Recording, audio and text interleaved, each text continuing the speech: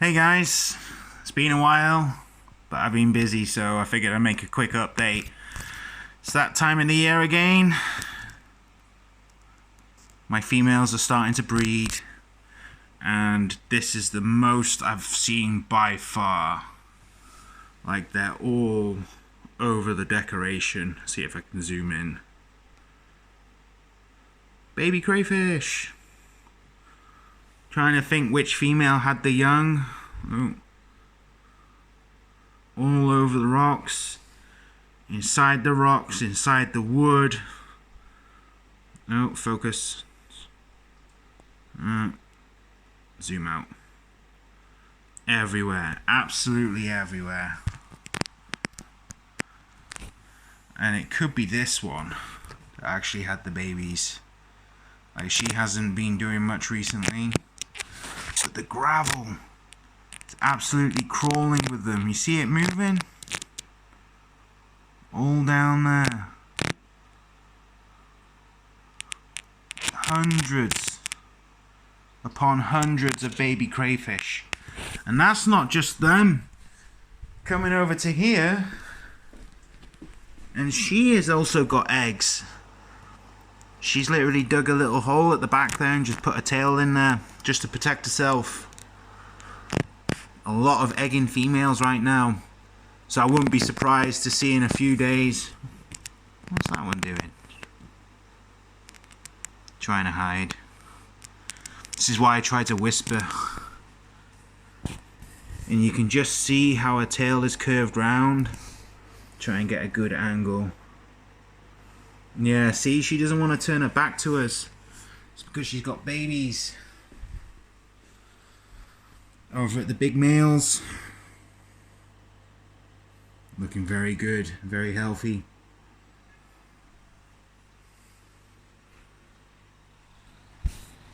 I half expected to see eggs in here as well.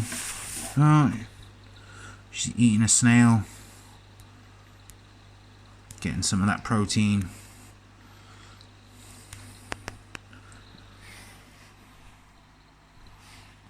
But yeah, it's going really good. What? The cat keeps meowing because she's not getting attention. This female in here has also got eggs. She hasn't been out of a coconut for a while now, just for food. Oh, focus.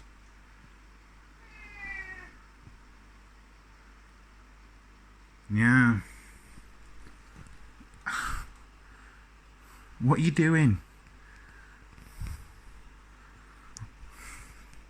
Crazy.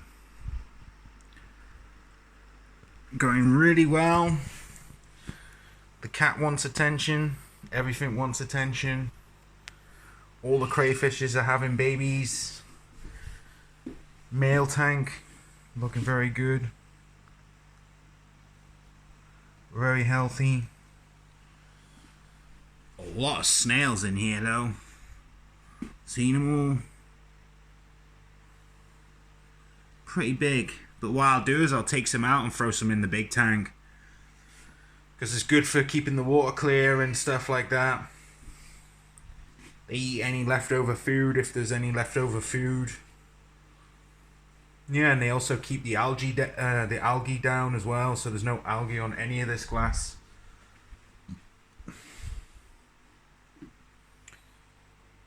But yeah, did not expect that today. Like, I knew they were egging, but I didn't realize these were egging either. Because I took the male out of there like a few months, so he must have been busy. What?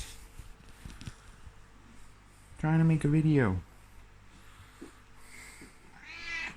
Yes.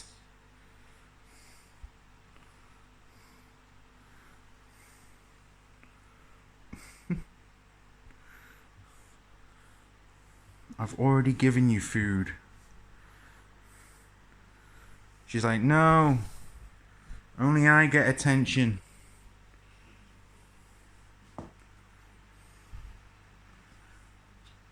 But yeah, the breeding program started off good. It's April. So I think by a month from now, they can go over to the big tank. But I've made some changes on the big tank as well.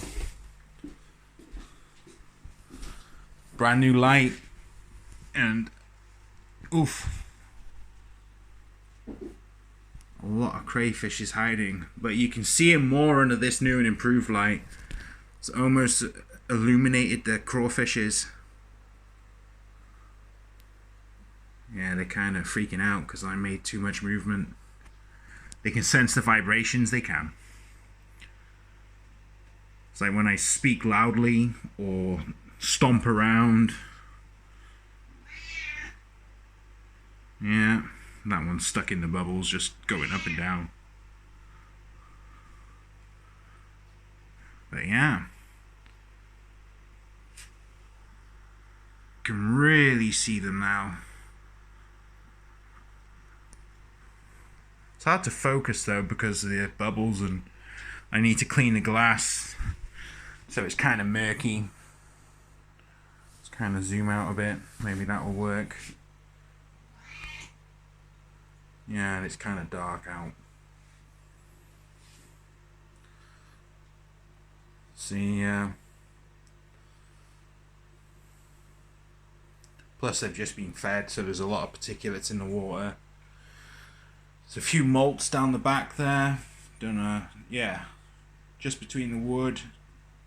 So there's been a bit of molting going on here, and I actually think there's 2 females in here also egging, so they're gonna have babies too at some point. So it's gonna be a lot of babies. I mean, I've got a big tank downstairs that I can put them in, but that means I'll have to set it up. But we'll see, because yeah, with the young, it's a whole natural selection process involved. So some will eat each other, like the babies are cannibals straight from birth, so you'll just keep the strongest ones, and whatever weak or sick ones or any ones that are just not up for it, they just get cannibalized by the rest. So right now I'm mainly focused on the strengthening of the breed, so actually growing it to a decent strength with aggression, ferocity, mobility, even the reaction time. See, they react even to subtle movements. Like, they can see me.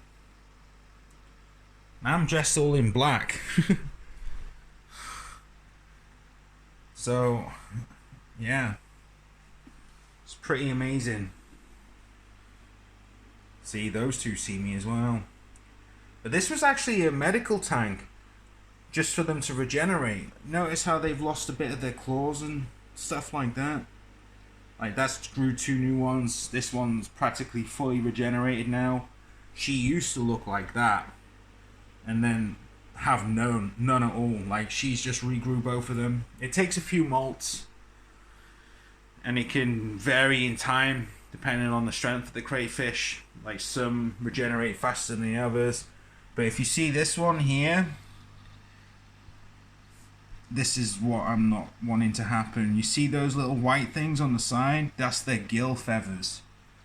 And when they slip out, that can happen during molting. They will probably die at some point, because their gills are not supposed to be outside like that. So that's still a fail molt, or what I regard as a fail molt. Even though she's still alive, yeah, when it comes to molt again, she will not survive. Come on.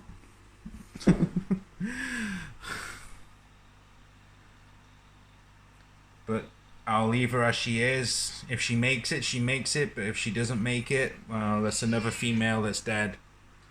So far, I've lost 2 females. This one's probably going to die from fail molting, and the other one just upped and died. She was my oldest female. I had her for like 4 years, 3 years or something like that. So she was already pushing on her max. Like, usually they live to about 7 to 8 years in the wild, so in captivity you would expect some deterioration in time.